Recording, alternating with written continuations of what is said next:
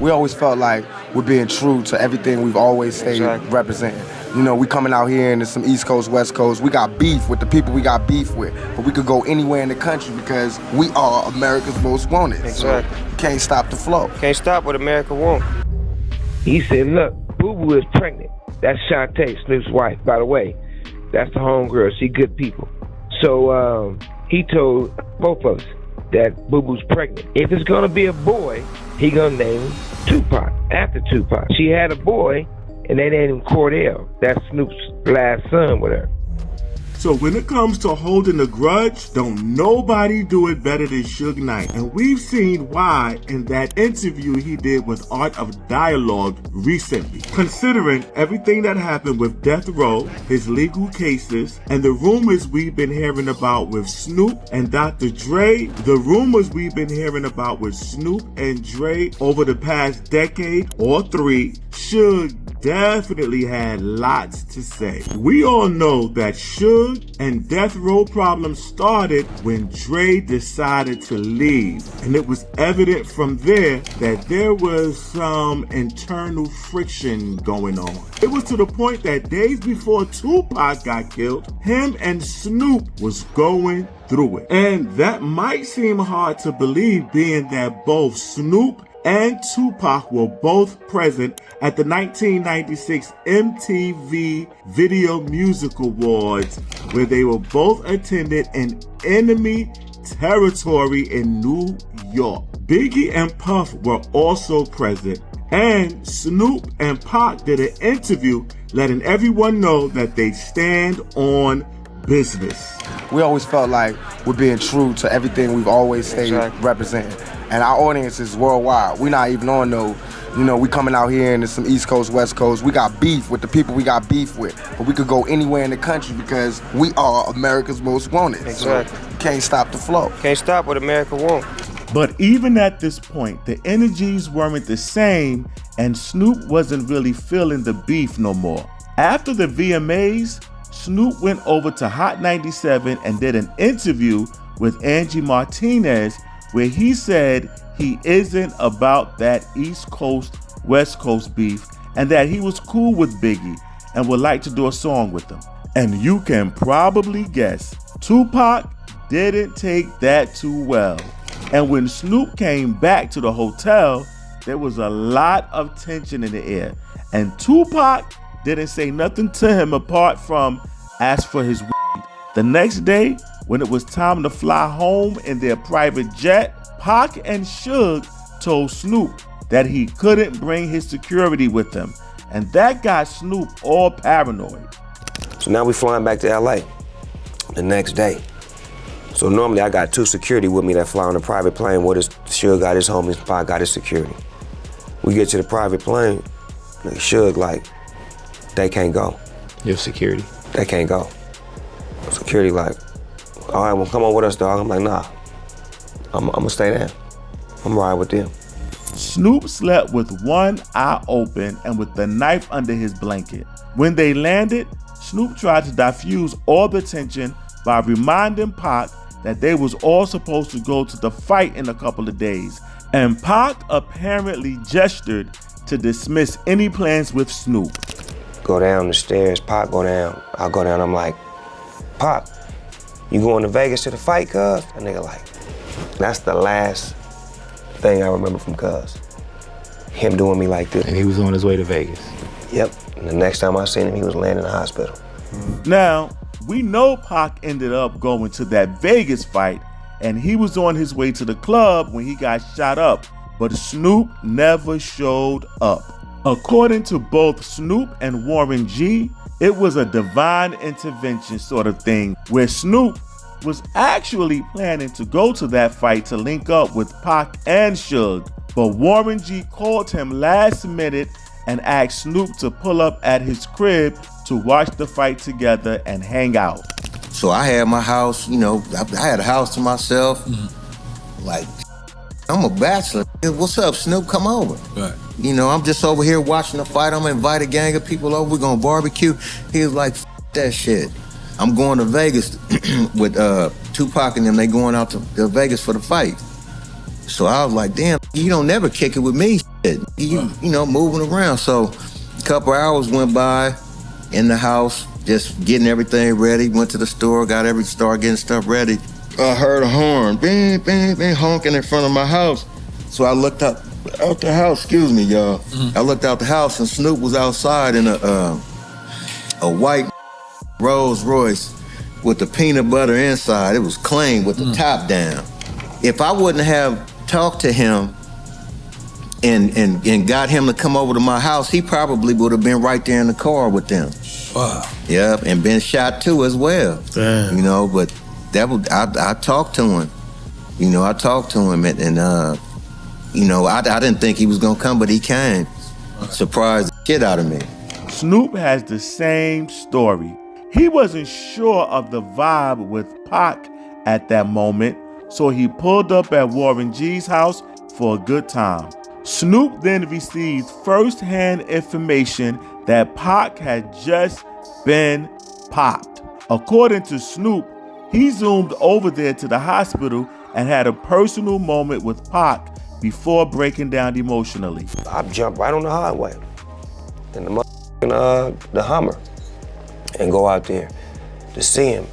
And when I see him, Jesse Jackson, his mama and all them there, and his mama, she pulled me to the side. And that's when I knew it was bad, because she telling me to be strong and all this like. So I go in the room with him, and he laid up, and I just get right on the side of his head and just start talking to him in his ear. Just talking to him. I don't even know what I was saying, but it was something to the effect of like, I love you and I hope I didn't make you mad from the shit I did. I just thought I was doing what was right. And it was some other because then as soon as I walked out of there, I went in the bathroom and I threw up and just laid on the floor for like 30 minutes. His mama came in there and cleaned me up. His mama came in there and cleaned me up and got me back right. Like, I'm like, she is a hell of a lady, man.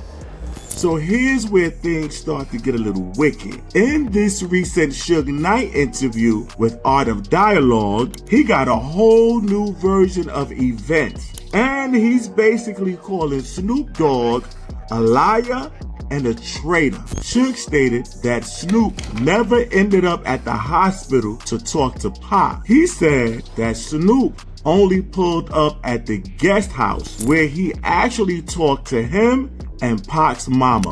Snoop didn't go nowhere near the hospital. So when it happened, as you know, for some strange reason, but now we know the real reason, Snoop did not attend the fight with us or the club, the after party at Club 662.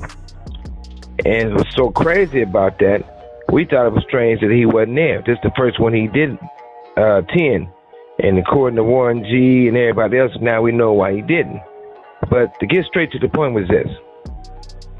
I was at my house in Vegas, and I started calling Snoop, telling him, hey, what's up? You know, like it's something wrong with this situation. Pac in the hospital, come holler at him, come check on him. So he drove down, and I was at the house waiting on him. And Tupac's mother was at my house. So we back by the pool, and then the pool area is like two big guest houses. So as when Snoop come up, and there's other people out there, we walk in the back to talk. As we start talking, I said, you know, I'm on him, like, man, why you ain't here? You should have been at the hospital. And then Tupac's mother was there, and Fanny, she was like, yeah, I know you should want to see him. He told her, he was like, well, look, Tupac hates me right now. He mad at me. He hates me. So I feel bad, and that's why I didn't go up there. And Tupac's mother said, well, look, Pac was mad at me too for a few things I'd rather not swear to put some stealing, she said, right? But you know, we all do that with our mothers. So she said, well, he was mad at me too, but that's my son, I'm there. And if he hates you, you still supposed to go do the right thing and go visit him, right? So as we start talking, Snoop just start crying and fell down and start throwing up, like literally throwing up, right? So we looking at him like, damn, what happened to this dude? I don't know where you get all the extras from, but they had a conversation at the hospital and all that. That's absolutely not true. Say less, if you know what I mean. And on top of that, he also claims that Snoop Dogg, totally unprovoked or asked, promised to name his first unborn child, if it was a boy, Tupac. He said, look, Boo Boo is pregnant. That's Shantae, Snoop's wife, by the way. That's the homegirl. She good people. So he told both of us that Boo Boo's pregnant. If it's gonna be a boy, he gonna name him Tupac, after Tupac. She had a boy, and they named him Cordell. That's Snoop's last son with her. Now we know that Suge still got some serious beef with Snoop Dogg ever since Death Row started to crumble. But these are some serious allegations right here. And it actually still gets more serious. Suge goes on to imply that Snoop knew about the hit on Tupac, which is why he didn't pull up. According to Suge, Snoop was using a special walkie-talkie device to stay tapped into all the info. Suge believes there's no reason why he would have one at that time, since they only used this radio for security during high-profile events. Then, Suge cited the fact that even though Snoop was still on death row and working on music of his own, he never tried to do any verses on the Tupac posthumous albums that came out. But the problems with Snoop started long before that, because according to Suge, when they worked over a bad boy goon who tried to make a move on Suge, everybody was getting licks in except Snoop Dogg.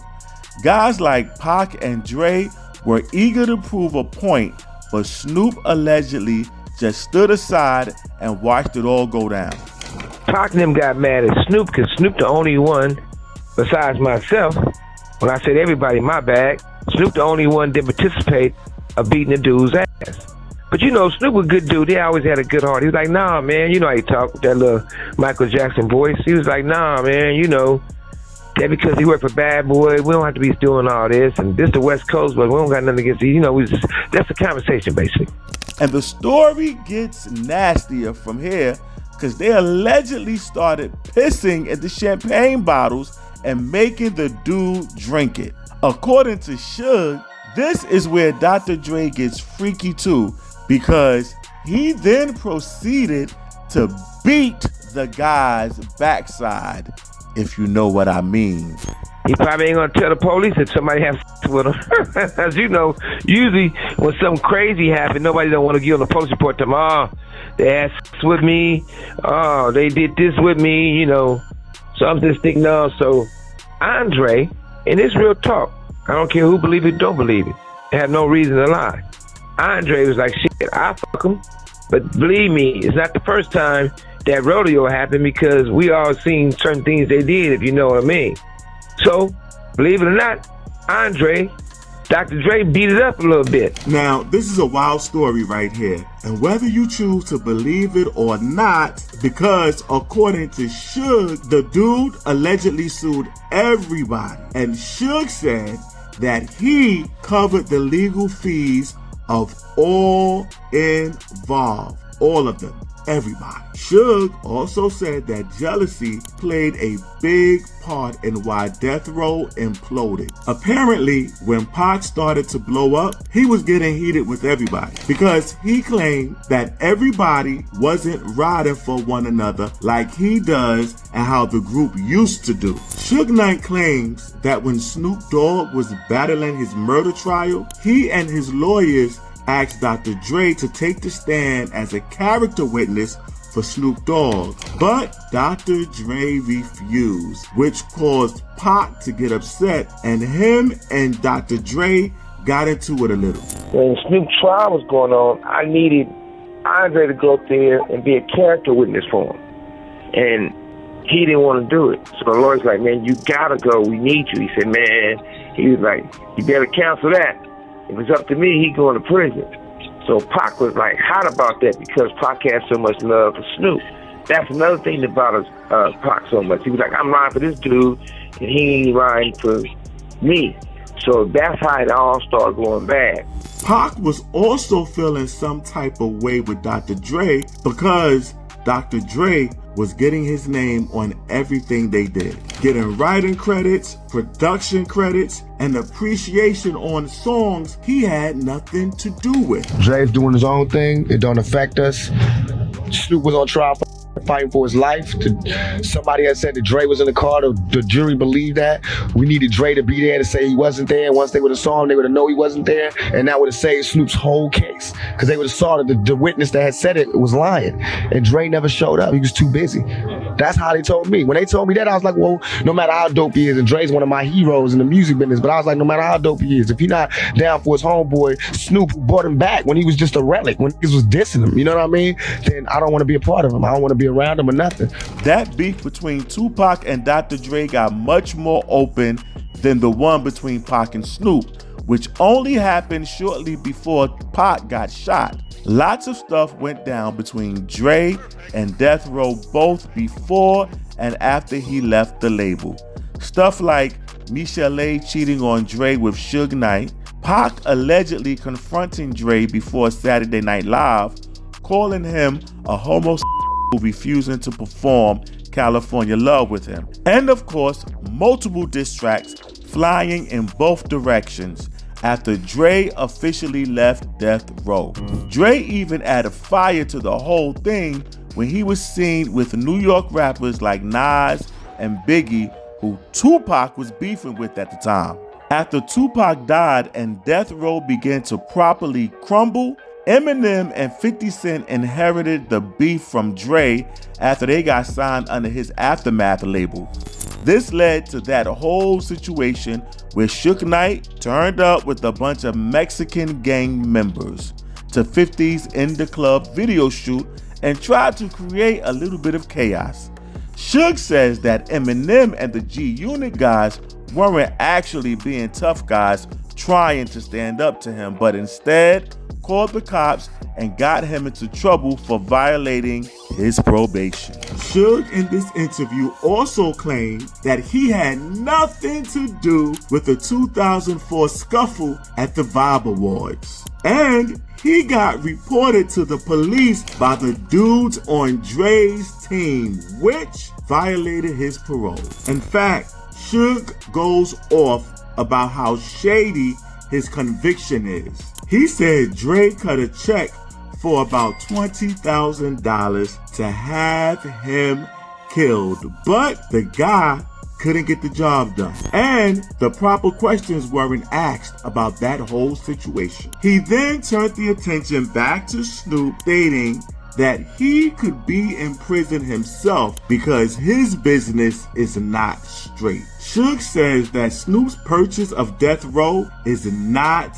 legit, and instead of him paying security and sleeping with one eye open, he could instead get his business right and pay him the money he's owed. When you turned around and got sued for the civil case, I just found out you never paid my money back. I had to pay some of that for you. You didn't even have an album out. You owe me bread, but you ain't too smart, because if somebody really owe you, if you really owe somebody, pay that person their money. You're going to spend more money on beefing up security or living in fear. Or when I come home, knock on my door and explain to me why you're not going to run me my bread. You don't got to talk tough. We don't got to talk about each other. That gets nowhere. Whoever have a situation, we can have a situation. But one person or 3 or 4 people is not bigger than hip-hop. We should be trying to figure out how to make hip-hop better. Everybody destroying hip-hop. You guys are making it worse. If they doing streams, and if you do 1 million streams and you only get $300, if that's not a sign of slavery, that's worse than being a slave. Snoop, that's getting raped without the baby oil. But at the same time, what's to talk about? If you have Death Row, you destroyed it. You messed up the name. Why you not doing something with No Limit? You didn't want to be on Death Row, you was a No Limit soldier. Weren't you the same guy saying you had to get away from P because P selling drugs, his own drugs, his own daughter? How would I know this if you didn't say this? You didn't say it to me personally. We all know you said it. For doing something against the homie, the last thing I want to see you in handcuffs. I know you can't handle it. I know you can't deal with this, and I don't want to see you in prison. And you're not going to be in prison. Not on my watch. But you know your role, what you participated in. You know your role, what you put up. And for you to still lie and speak on Pac like y'all was friends, it's sad. It's sad to the fact that none of y'all came when he got his start. That's some heavy thoughts right there. For all the people who thought that the issues with Snoop Dogg and Suge Knight would cool off with time, this interview proves that y'all are surely mistaken. Suge still wants his money, his appreciation, and his pound of flesh, whatever that means. And Dre were not the only targets of this interview. He sent shots all over the place. I mean, 50, Ray J, Faith Evans, Master P, Jermaine Dupri, and a bunch of others. He was just shooting. So make sure you check out the full interview with The Art of Dialogue. We'll catch you later. But before that, go ahead, comment, like, and share. Peace and blessings.